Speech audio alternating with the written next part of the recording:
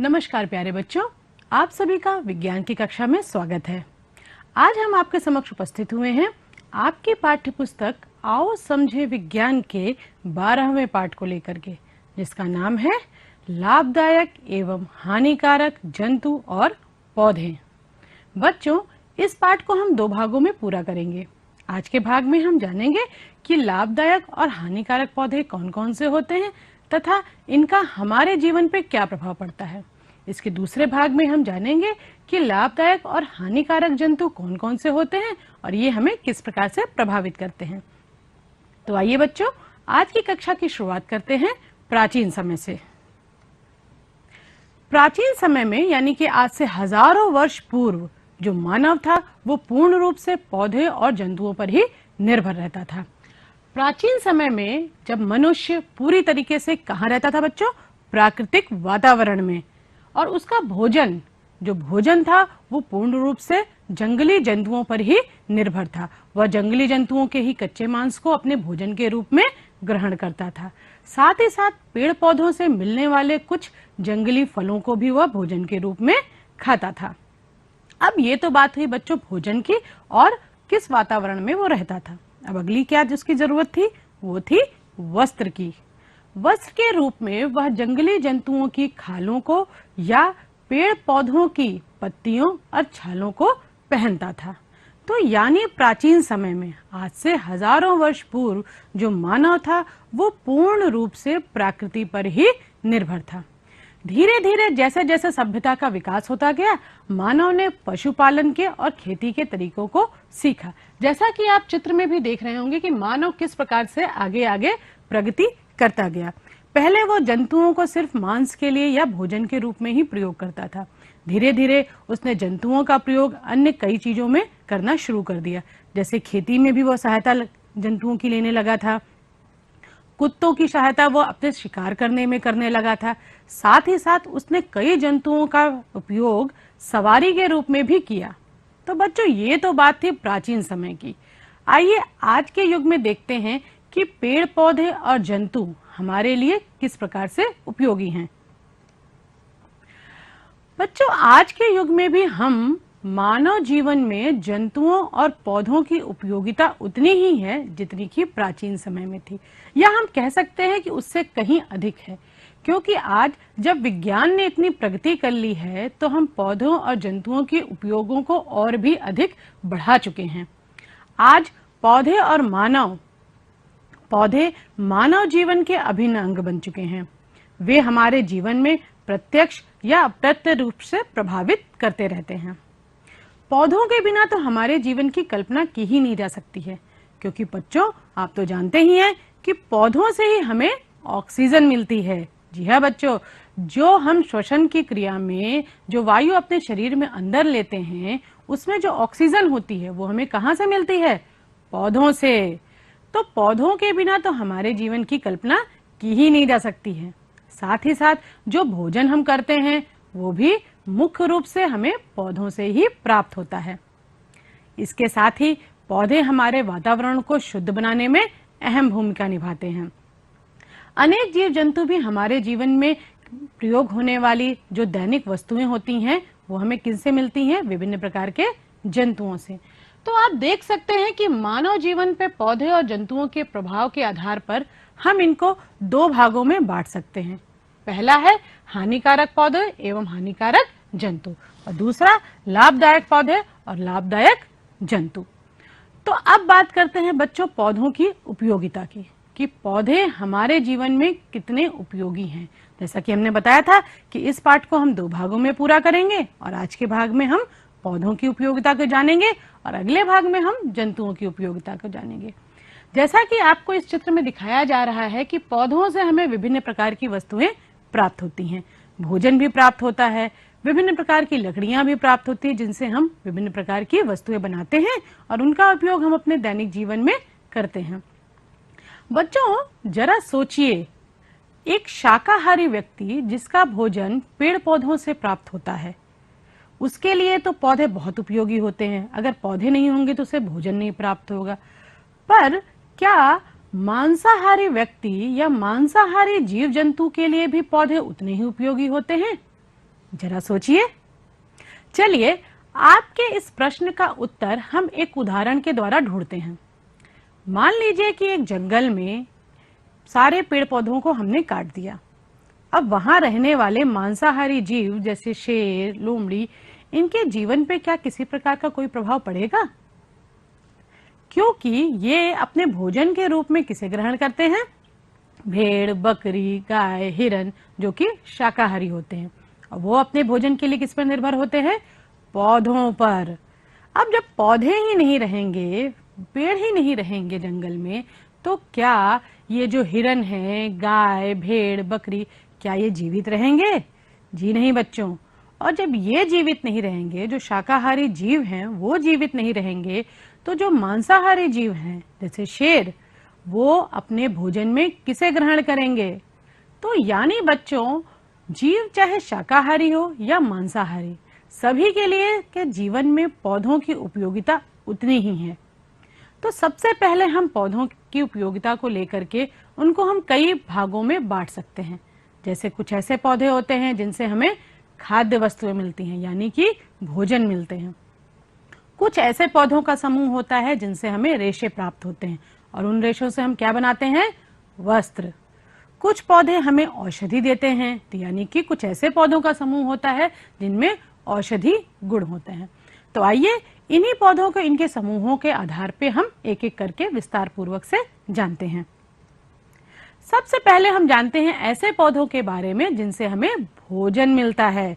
जी हाँ बच्चों, जो भोजन हम सुबह से लेकर के रात तक अपने घर में ग्रहण करते हैं या भोजन के रूप में कुछ भी हम खाते हैं, उनमें से अधिकांशतः चीजें हमें पौधों से ही प्राप्त होती है। अब बात करते हैं अनाज की। ये जो अनाज हमें पौधों से मिलते हैं वो हमारे लिए क्यों उपयोगी होते हैं? क्योंकि बच्चों, जो चावल, गेहूं, जौ, मक्का, बाजरा, ये सभी हमें कहाँ से मिलते हैं? पौधों से मिलते हैं। और इनमें कार्बोहाइड्रेट बहुत ही ज्यादा मात्रा में पाया जाता है, और कार्बोहाइड्रेट हमारे शरीर को ऊर्जा प्रदान करता है। अब बात करते हैं दालों की। बच्चों, जो मांसाहारी व्यक्ति होते हैं उनको प्रोटीन की जो आवश्यकता होती है वो मांस के द्वारा पूर्ण हो जाती है, परंतु जो शाकाहारी व्यक्ति होते हैं उनके लिए, उनके शरीर में जो प्रोटीन की आवश्यकता होती है वो पूरी होती है दालों के द्वारा। जी बच्चों, जो दाल हम अपने भोजन में ग्रहण करते हैं, चाहे वो अरहर हो, मूंग हो, उड़द हो, कोई सी भी दाल, सभी जो है प्रोटीन के अच्छे स्रोत माने जाते हैं। और प्रोटीन हमारे शरीर की वृद्धि के लिए बहुत ही आवश्यक है। शायद बच्चों इसीलिए प्रोटीन को हम शरीर वर्धक भोजन कहते हैं। अब आगे बढ़ते हैं और बात करते हैं तेलों की। जी हाँ बच्चों, तेल। अब ये तेल हमें कहाँ से प्राप्त होता है? जी, तेल का नाम सुनते ही सरसों के पीले पीले खेत याद आ जाते हैं। सरसों के पीले लहलहाते खेत।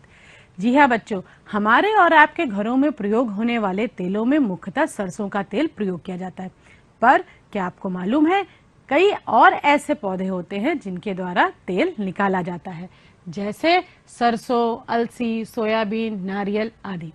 इन सभी से तेल मुख्य रूप से प्राप्त किया जाता है, और जिसका प्रयोग हम विभिन्न प्रकार के भोजन बनाने में करते हैं।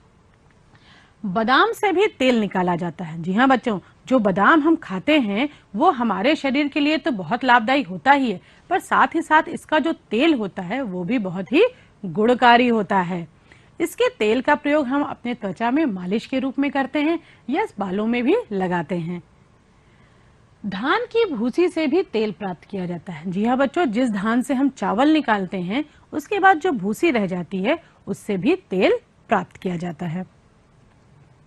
अब बात करते हैं मसालों की, क्योंकि भारतीय व्यंजन जो होता है वो मसालों के बिना तो अधूरा ही है। मसालों का उपयोग भोजन को स्वादिष्ट और सुगंधित बनाने में किया जाता है। जी हाँ बच्चों, जो भोजन में हमारे स्वाद और सुगंध आता है वो मसालों के द्वारा ही आता है। और मसाले सिर्फ हमारे भोजन के सौंदर्य को ही नहीं बढ़ाते या सुगंध को ही नहीं बढ़ाते हैं, ये भोजन को संरक्षित करने में भी सहायक होते हैं। संरक्षित यानी कि भोजन को बहुत लंबे समय तक आराम से रखा जा सकता है। आपके घरों में आपकी दादी और मम्मी आम का अचार तो अवश्य बनाती होंगी। तो बच्चों, ये जो आम का अचार होता है वो इतने लंबे समय तक कैसे सुरक्षित होता है, कभी आपने विचार किया है? जी बच्चों, जो ये आम का अचार होता है वो इन्हीं मसालों के द्वारा ही लंबे समय तक सुरक्षित रहता है। अब बात करते हैं सब्जियों की। सब्जियों के रूप में हम पौधे के विभिन्न भागों को खाते हैं। तो आइए देखते हैं कि हम पौधों के किन किन भागों को सब्जी के रूप में प्रयोग करते हैं। जैसे कुछ पौधों के जड़ों को हम खाते हैं। जड़ों में हम किन्हें खाते हैं? मूली और गाजर को। जी हाँ बच्चों, जो मूली और गाजर हम भोजन के रूप में ग्रहण करते हैं वो दरअसल पौधों की जड़ होती है। तने के रूप में हम आलू और प्याज को खाते हैं। साथ ही साथ कुछ पौधों की हम पत्तियां भी सब्जी के रूप में प्रयोग करते हैं। वो पत्तियां कौन कौन सी होती हैं बच्चों? पालक, चौलाई, धनिया की पत्ती का भी हम प्रयोग करते हैं, जो कि हमारे भोजन के सौंदर्य को बढ़ाती हैं। लेकिन बच्चों, धनिया की पत्ती सिर्फ हमारे भोजन को सौंदर्यीकरण ही नहीं देती हैं, वो साथ ही साथ हमारे भोजन के लाभ को और बढ़ाती हैं, क्योंकि धनिया की पत्ती बहुत ही सुपाच्य होती है। अब बात करते हैं फूल की। गोभी का फूल तो सबने देखा होगा और खाया भी होगा। तो बच्चों, जो गोभी का फूल होता है जिसे हम सब्जी के रूप में प्रयोग करते हैं वो पौधे का फूल होता है।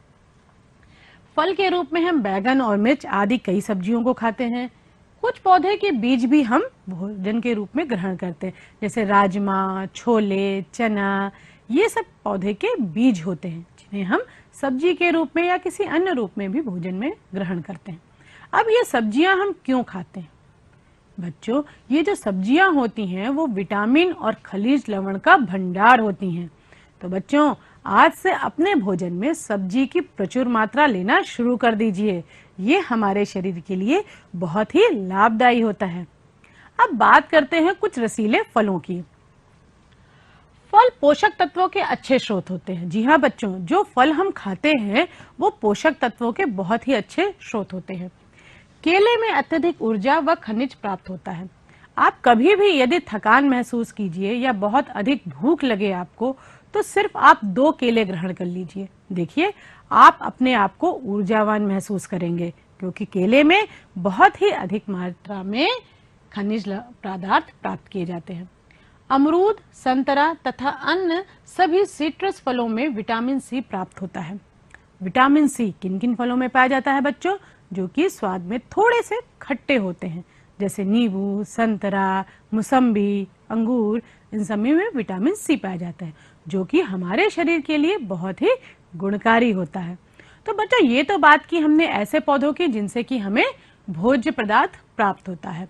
इनकी सूची बहुत लंबी है, पर अब हम आगे बढ़ते हैं और जानते हैं कुछ ऐसे पौधों के बारे में जिनसे हमें रेशे प्राप्त होते हैं। बच्चों, आपने पिछली कक्षा में इनके बारे में विस्तार पूर्वक से पढ़ा होगा कि रेशे प्रदान करने वाले पौधों को हम क्या कहते हैं? पादप रेशे। और इन रेशों से क्या बनता है? वस्त्र बनते हैं या विभिन्न प्रकार की वस्तुएं भी बनाई जाती हैं। तो आइए देखते हैं किन किन पौधों से हमें रेशे मिलते हैं। कपास, जूट, नारियल, ये कुछ ऐसे पौधे हैं जिनसे हमें रेशे मिलते हैं और इन रेशों से हम विभिन्न प्रकार के वस्त्र बनते हैं। जैसा कि आप चित्र में भी, आपको चित्र में ये जूट का एक पौधा दिखाई दे रहा है बच्चों। इस जूट के तने से ही जूट के रेशे प्राप्त किए जाते हैं और इन रेशों से ही विभिन्न प्रकार की वस्तुएं बनाई जाती हैं। प्रारंभ में तो जूट से सिर्फ बोरे या मोटी रस्सियां ही बनाई जाती थी, परंतु आज अगर आप बाजार में जाके देखेंगे तो जूट से बने ही हुए बहुत ही सुंदर सुंदर सामग्रियां बाजार में उपलब्ध हैं, जैसे विभिन्न प्रकार के थैले, पर्स आदि। अब बात करते हैं कपास की। कपास के पौधों से जब हमें प्राप्त होती है रुई, और इससे क्या बनते हैं? रेशे। और रेशों से प्राप्त विभिन्न प्रकार के वस्त्र बनाए जाते हैं। कपास के पौधे से बने हुए वस्त्र यानी कि सूती वस्त्र पहनने में बहुत ही आरामदायक होते हैं।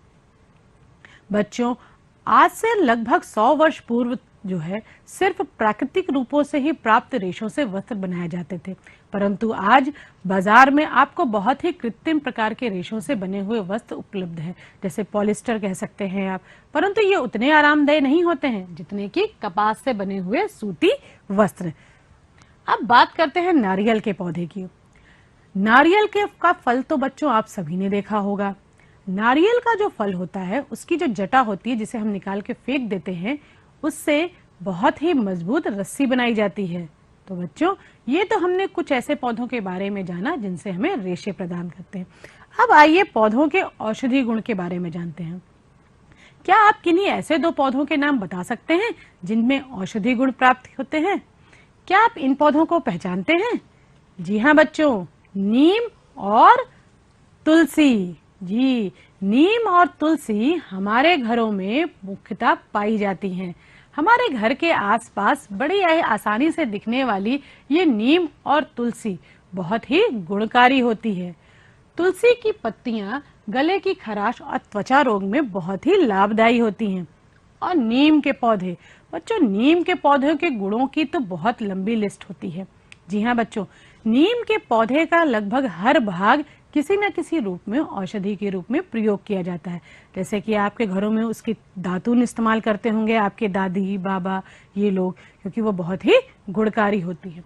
और नीम की पत्तियां एक एंटीसेप्टिक के रूप में प्रयोग की जाती हैं और ये त्वचा रोग में बहुत ही लाभदायी होती हैं। बच्चों, नीम में इतने गुण होते हैं कि नीम के पेड़ को औषधालय भी कहा जाता है।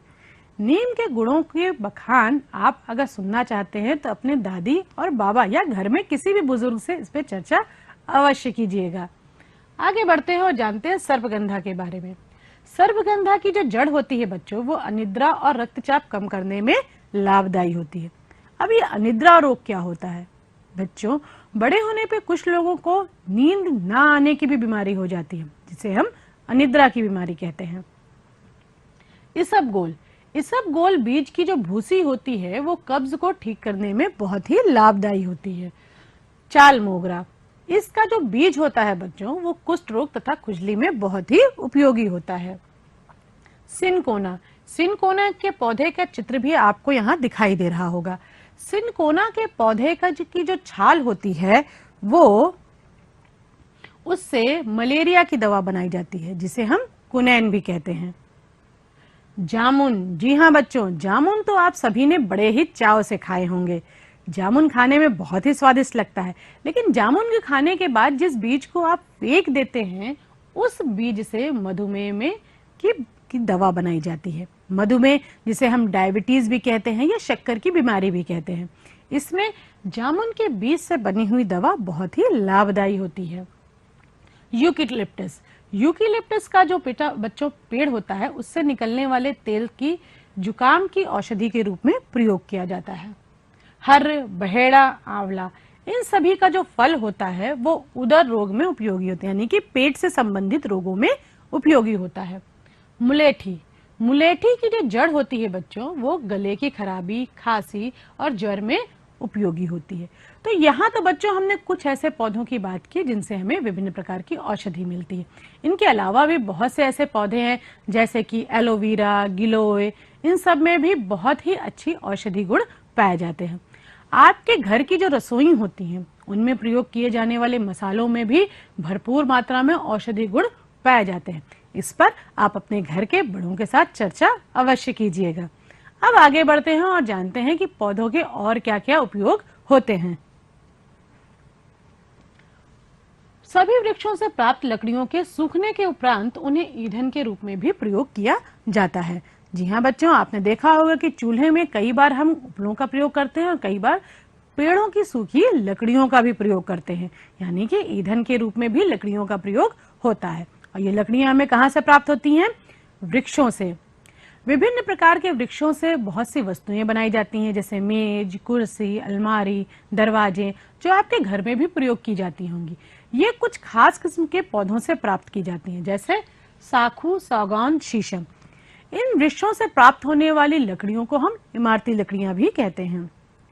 कई जगह पे आम के पौधे के भी लकड़ियों का भी प्रयोग विभिन्न प्रकार की वस्तुओं को बनाने में हम करते हैं। पॉपुलर के वृक्ष, जैसा कि आप चित्र में भी पॉपुलर के वृक्ष को देख पा रहे हैं, ये बिल्कुल सीधा लंबा होता है।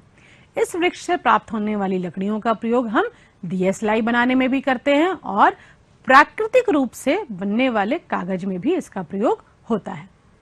अब बात करते हैं कुछ साज सज्जा की। बच्चों, आप विभिन्न प्रकार के समारोह में जाते होंगे, जैसे विवाह समारोह या किसी अन्य पूजा पंडाल में अगर आप जाते होंगे तो आप वहां की जो साज सज्जा है देखते होंगे, तो उसमें विभिन्न प्रकार के फूलों और पौधों की पत्तियों का प्रयोग किया जाता है। जी हाँ बच्चों, यानी कि पौधों से प्राप्त होने वाली फूल और पत्तियों का प्रयोग साज सज्जा के रूप में भी होता है।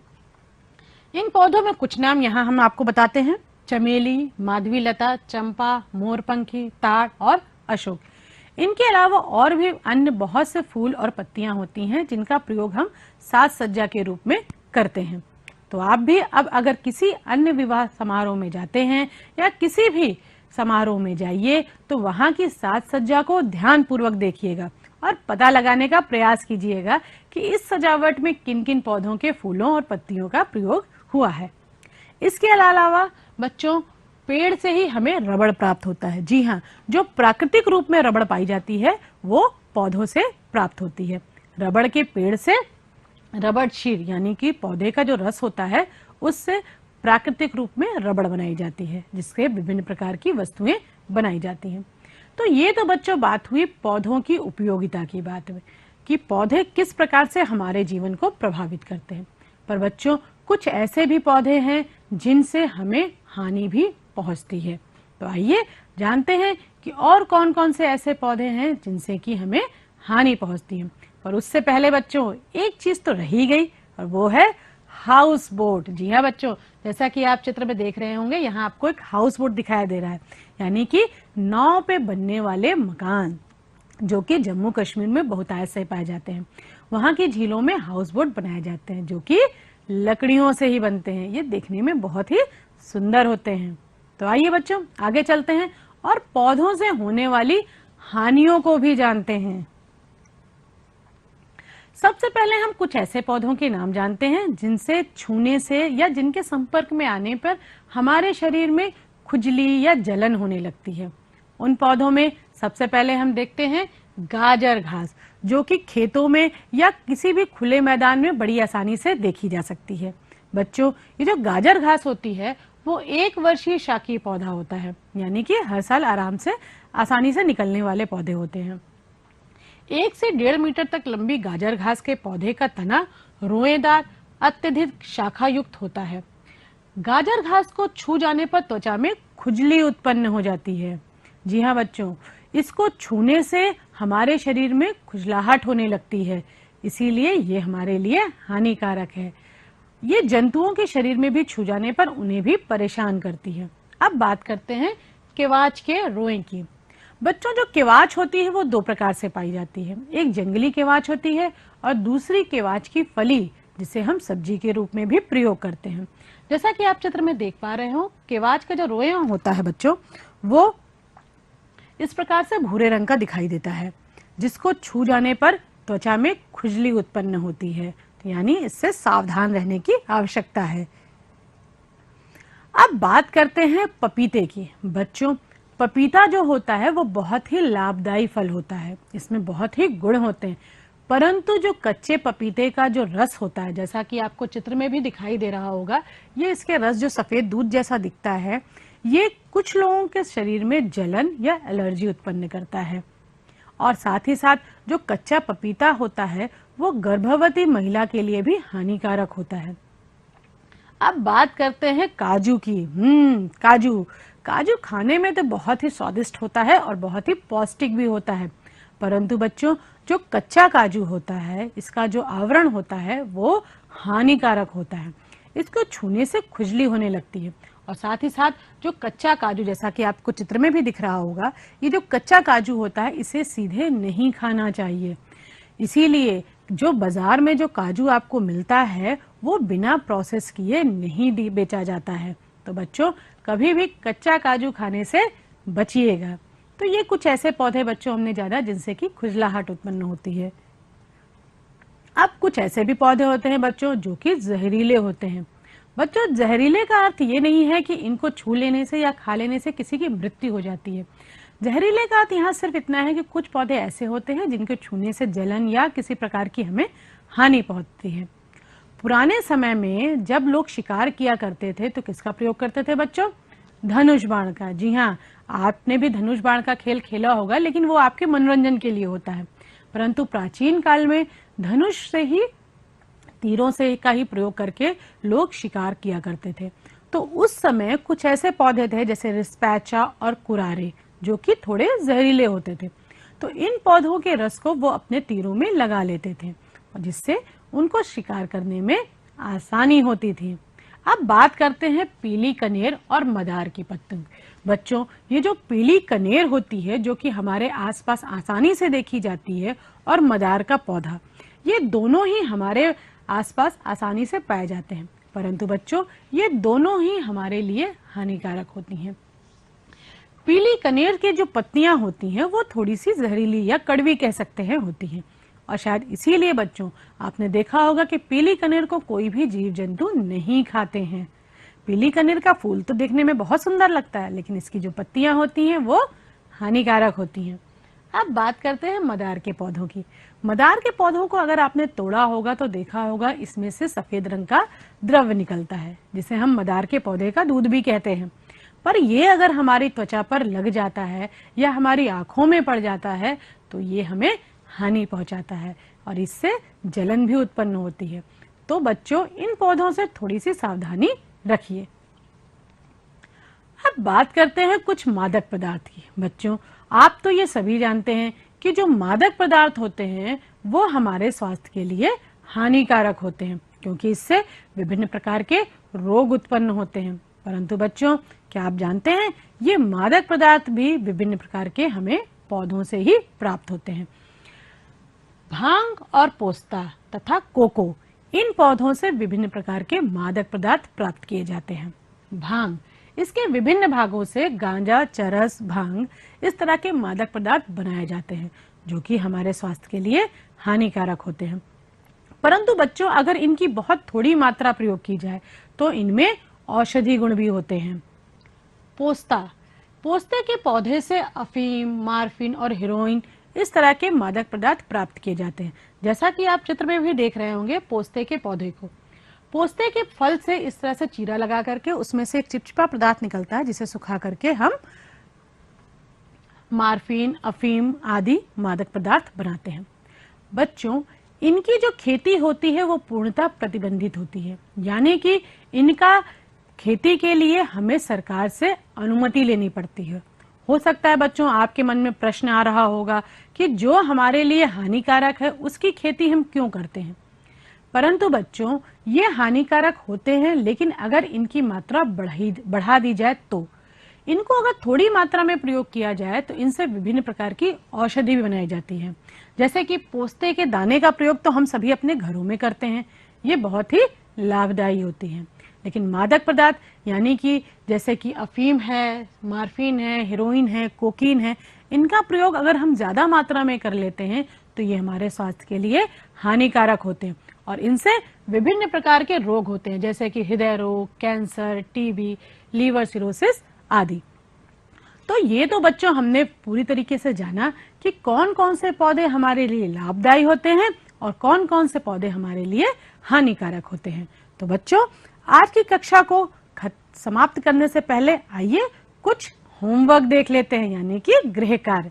यहाँ पर आपको स्क्रीन पे कुछ प्रश्न दिखाए गए हैं। इस प्रश्न में से 4 विकल्प दिए गए हैं, कोई एक विकल्प सही है जिसे चुन करके आपको अपनी पुस्तक में लिखने हैं।